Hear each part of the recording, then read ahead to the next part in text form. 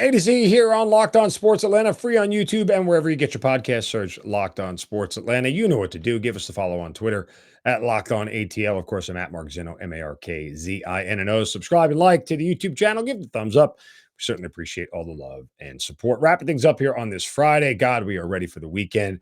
And of course, we get ready for the weekend in style with a shovel of wisdom. Brace yourselves, because it's time for the Shovel of Wisdom.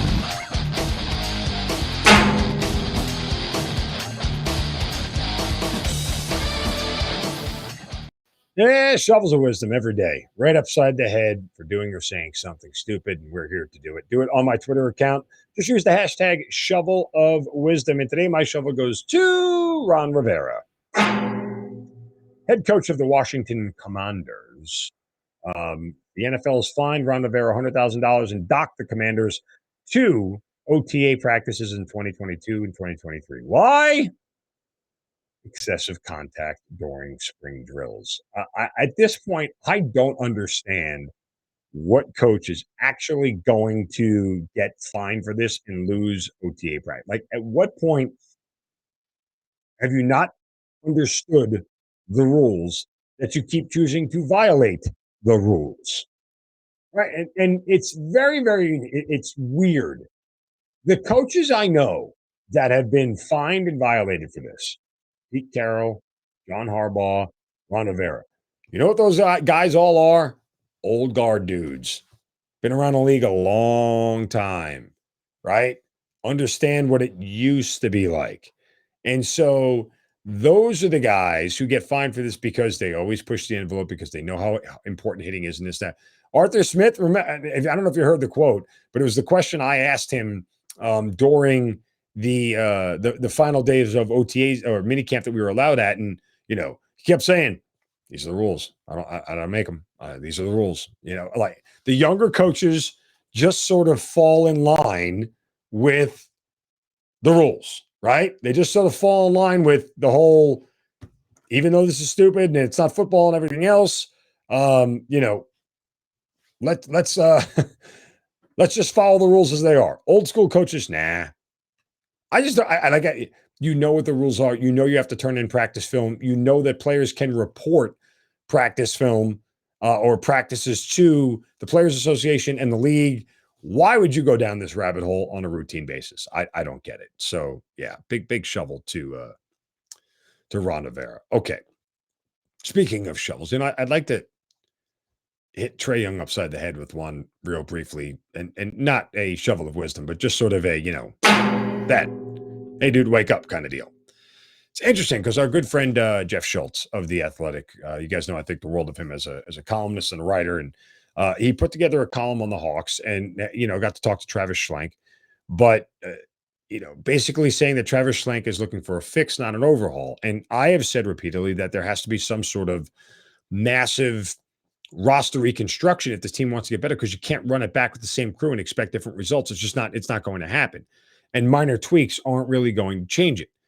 And Schultz goes on in the column to point out, that the rumor mill is out of control, and it is, right? I mean, everybody, John Collins is going and this, that, and the other. And there have been plenty of people in this town who have said John Collins should go. I think it makes sense from a standpoint of value, from what you can get in return and everything like that. Like, that is a player that clearly, again, has value to other teams and that they'd want him, so they'd be willing to give you something in return. But, there is a part of this column that really makes me question Trae Young a little bit, because, and this is, again, at least as Jeff Schultz points it out, but I would ask this, and he writes, Young wants to contend and win championships, as he should. There's no reason that can't happen in Atlanta, for which has the resources and financial backing to get it done. But if things go sideways, he'll begin to wonder if this is the best franchise to get him a ring. And I think that's 100% true. I think it's really smart of Trae to understand that, individually, if you want to win, you have to go to places where winning is the easiest. And the other thing that he says in this column, which again, I think to me is very telling, is that Trae Young has the one thing that all professional athletes want, and that's the owner's ear, right? Like, he can go directly to Tony Ressler and make a plea for X, Y, and Z and get player X, Y, and Z, and wrestler likely will do it because that's what, is you do for your stars, right? The stars are the people who get coaches hired, fired, teammates traded. They can change the direction in their preference. Then if they don't get it, as Jeff says, they can manipulate the situation to force a trade. Now, here's where Trae needs to kind of check himself. The one thing Atlanta needs, Trae, is better defense. Have you told the owner how bad you are on defense? I'm just asking the question. Because maybe while you're sitting there chirping about what other players need to get here, maybe, just maybe, part of that conversation would be, I'll play better defense, Mr. Wrestler. I have to. It's the only way I can win a championship here. If I don't start playing better defense, it's never going to happen for this team. I don't have to be great defensively. I just got to play better defense. And I think that honestly, like that's part of this whole thing here. Like that really is something that you need to evaluate if you're Trae Young. Do you want to play better defense, or do you just want to whine to the owner to get other players there to do the job that you don't want to do? Because to me, that's problematic. That seems like a bad philosophy to approach this with. That's not the manner with which I want to attack this whole thing. At least, again, in my head, it doesn't feel like it's the smartest way to go about doing it. Because it really isn't. If Trae wants to win, a lot more of that is in his own hands.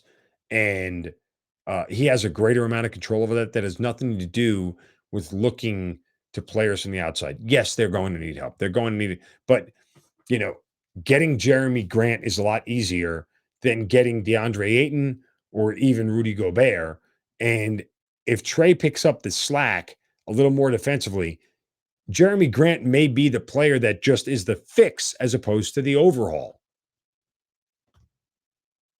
I mean, there's a reason James Harden has never won a title. There's a reason Russell Westbrook has never won a title. There's a reason why Steph now has his fourth. There's a reason why LeBron has 4. There's a reason why all of these guys have won multiple titles. There's a reason why the Bucks just won a title. They play defense. The ones who haven't won a title don't play defense. Got to look in the mirror, Trae. I don't think it's fair for you to ask anything of your owner to go do X, Y, and Z if you yourself are not willing to start to get better on the defensive end. That'll do it for us here on this Friday edition of A to Z. Appreciate you guys tuning in. Again, check out all the shows here on Locked On Sports Atlanta. Not only A to Z, Hitting Hard with John Chuckery, ATL Day Ones with Jarvis Davis and Denitra Batiste as well. Don't forget about our Braves postcast at every Braves game. Locked On Falcons, Locked On Hawks. It's all right here for you. You guys have a great weekend. We'll talk to you next week. Don't take any crap from anybody. See ya.